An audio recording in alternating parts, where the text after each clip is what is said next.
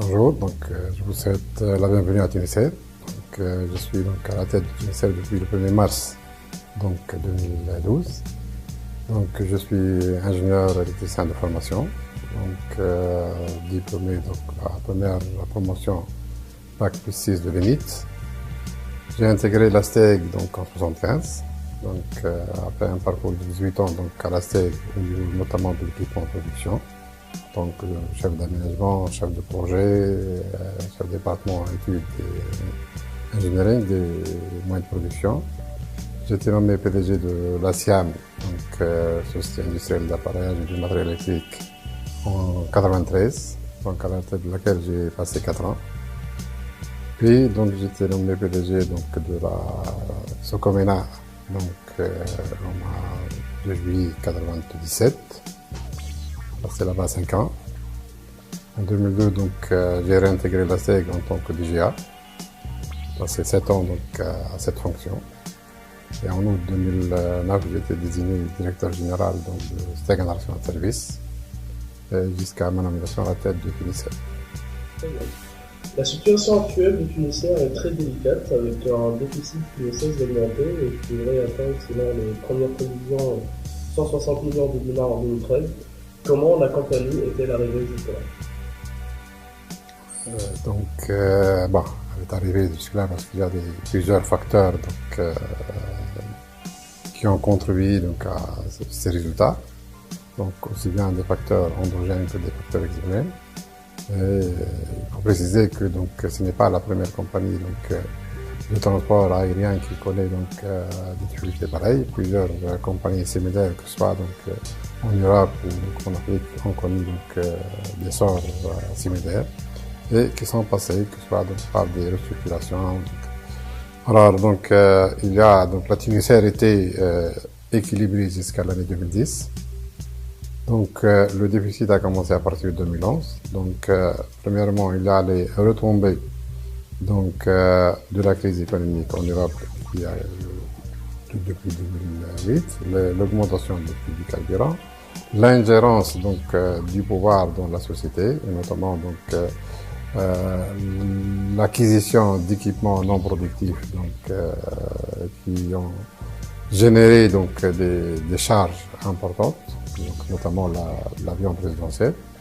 Puis après la révolution, il y a des accords sociaux, comme partout dans les entreprises publiques, à savoir réintégration des gens révoqués, titularisation des contractuels, suppression de la sous-traitance, alignement des salaires des filiales sur le salaire de l'entreprise. Tout ça, plus bien sûr la diminution du nombre de passagers. On sent que Tunisair et le leader du transport aérien de la Tunisie vers la Tunisie avec 40%, en 2011 elle a atteint même 41%. Et quand on sait que 80% du marché Tunisair était en Europe et qu'il y a depuis 2011 1 million de touristes de moins, et ces touristes viennent essentiellement de l'Europe puisque les Libyens, leur nombre a augmenté après la révolution, les Algériens viennent généralement par eux, donc ce sont les Européens qui n'ont pas répondu à l'appel. On a constaté qu'il y a une augmentation des charges faramineuses, dit aujourd'hui à 3 facteurs. Nous avons les taxes aéroportuaires, aujourd'hui qui représentent la première composante, ces taxes qui sont indexées sur l'euro. Et quand on sait que le dinar tunisien a subi une dépréciation importante par rapport à l'euro et par rapport au dollar, on est pénalisé par rapport à ce facteur de change au niveau des taxes aéroportuaires et au niveau du kérosène. Tunisair a préparé son plan de redressement en 2012. Il a été approuvé par le conseil d'administration le 14 décembre, transmis à la tutelle le 25 décembre. L'ancien gouvernement a examiné la situation financière de Tunisair en première réunion le 27 février 2013, puis une deuxième réunion le 2 avril 2013, suite à laquelle il y a des décisions qui ont été prises. Certaines ont été appliquées, d'autres non. Et depuis septembre, nous avons demandé de passer de nouveau le dossier complet du plan de sauvetage, mais avec le changement du gouvernement, nous n'avons pu passer que le 20 février. Et le 20 février également,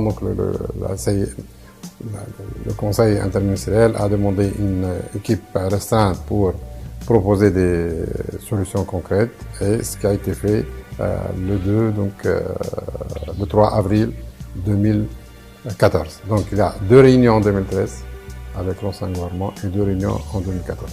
Et on sent qu'il y a plus de volonté en ce moment avec le nouvel gouvernement de sauver cette compagnie-là. Et est-ce que vous pouvez nous donner les différents axes de redressement approuvés par le gouvernement et comment comptez-vous appliquer le plan de redressement? Bon, bien sûr qu'il y a une volonté donc, pour sauver Tunisair, parce que Tunisair c'est un vecteur de développement économique du pays, donc le transport donc, aérien donc, partout dans le monde. Donc quand on voit Emirates, Qatar, Turkish Airlines, sont ces compagnies aériennes qui ont contribué au développement économique de le pays et qui constituent donc une façade donc, de pays. Donc Tunisair en tant que transporteur national, donc leader son domaine, donc suscite donc bien sûr donc le soutien de tout le monde. Le plan de redressement qui a été établi depuis 2012, voilà, le premier axe c'est l'allègement donc de la dette. Deuxième axe c'est donc le renouvellement de la flotte. Donc troisième axe bien sûr c'est la restructuration de l'entreprise. Donc, alors, dans le premier axe, l'allègement des dettes, donc il y avait une dette qui a été gelée depuis juillet 2012, donc avec l'OACA, donc qui sera prise en charge par l'État. Pour donc le renouvellement de la flotte, donc il y a la garantie de l'État qui sera donnée pour tout financement sollicité par la compagnie pour l'acquisition des avions qui restent dans le plan de flotte.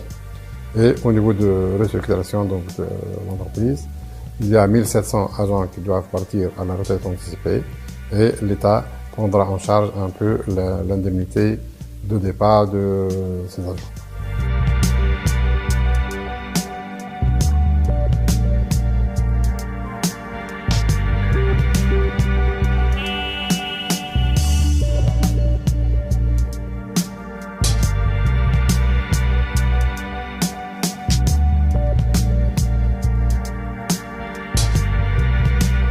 On parle des charges salariales qui sont immenses. Tunisair emploie actuellement 3711 personnes pour une flotte de 30 avions, soit un ratio d'employés par avion très élevé par rapport au ratio des compagnies aériennes internationales.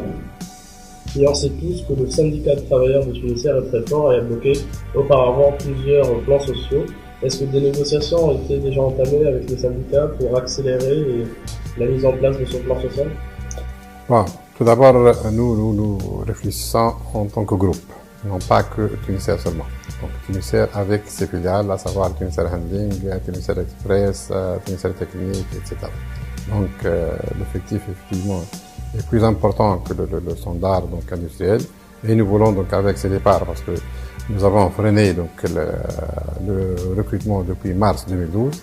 Donc il y a dans les 300 personnes qui sont parties jusqu'à la fin de l'année à la retraite normale sans remplacement, plus les 1700, ça fait pratiquement 2000 personnes à réduire sur l'effectif du groupe Tunisair, non pas de la compagnie Tunisair seulement. Alors, avec les syndicats, il y a un accord donc, sur le départ. Donc, le plan de redressement a été donc, distribué et nous avons demander donc l'avis de tous les syndicats et ils sont tous d'accord sur donc la restructuration. Donc il reste des détails sur les modalités de départ, sur les montants des indemnisations que nous allons donc mettre donc à l'ordre donc dans les prochains jours. Peut-il concrètement retarder ce plan de redressement et surtout ce plan social parce que les charges salariales elles sont colossales et depuis 2012 et depuis la révolution plutôt on ne cesse d'augmenter. Je ne crois pas que ces discussions donc, vont donc, freiner donc, le processus. Bon, nous avons déjà perdu un an donc, pour obtenir l'accord définitif du gouvernement, mais dans chaque restructuration, il y a les propositions des syndicats et de la direction générale, donc ne sont pas tout à fait donc, convergentes.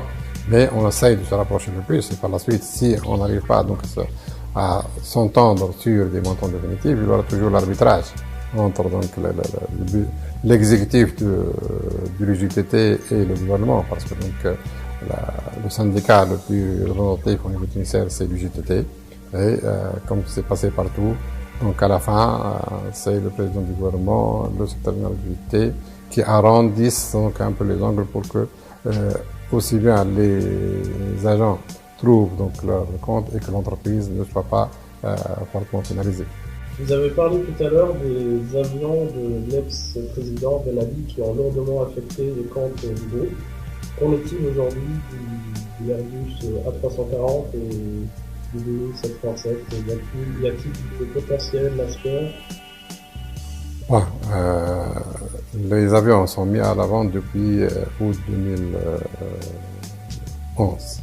Et jusqu'à présent, malheureusement, ne sont pas arrivés donc, à trouver des acheteurs. Il y a eu plusieurs offres, donc, et même des lettres d'intention de commande qui ont été signées, mais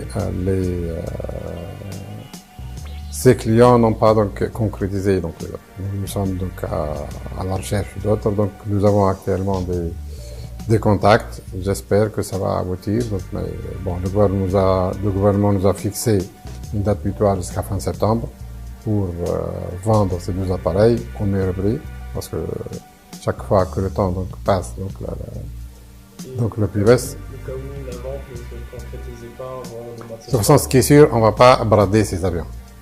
Bon, en tant que responsable d'entreprise publique, donc des avions qui ont une certaine valeur. Donc, ce n'est pas parce que nous avons des difficultés économiques que nous allons les brader à n'importe quel prix. Nous essayerons, donc, parce que sinon, on aurait pu les vendre depuis l'année dernière. Donc, si la question c'est si on débarrasse, non. Nous voulons quand même minimiser donc les pertes de la compagnie sur ces avions-là. Votre titre en bourse est à ses plus bas niveaux de valorisation depuis l'introduction en 1995. C'est dire que les investisseurs ne croient plus. D'après vous, ce cours qui fluctue aujourd'hui entre 1,2 milliard et 1,5 milliard, reflète réellement la valeur actuelle de Tunisair? Non, pas du tout. Donc, ce taux n'a aucune comparaison donc, avec la valeur de Tunisair. Bien sûr, donc, cette valeur s'est dégradée, donc, bien sûr, donc, avec les résultats, parce qu'il y a des informations. Donc, on a les actionnaires, donc, voient uniquement donc, le résultat Tunisair. Ils n'ont pas donc une vision claire sur l'avenir, mais j'espère que avec les dernières mesures prises par le gouvernement, les gens prennent conscience et que donc, la valeur soit donc un peu donc atteindra donc sa valeur réelle, parce que il y a des informations qui contribuent immédiatement donc à la chute ou à l'augmentation d'un taux. Donc, par exemple, on était à 1,5 début de cette année, on a gagné, donc on est passé de 1,2 à 1,5.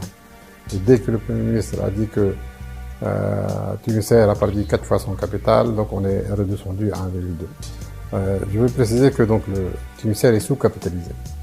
Et dans notre plan de redressement, déjà, nous avons demandé l'augmentation de capital. Nous procéderons donc à l'augmentation de capital l'année prochaine, une fois donc la restructuration donc effectuée et que l'action donc reprend donc sa valeur donc réelle. Je donne un simple exemple. Le capital de l'entreprise de 106 millions de dinars. Nous avons 27 avions aujourd'hui.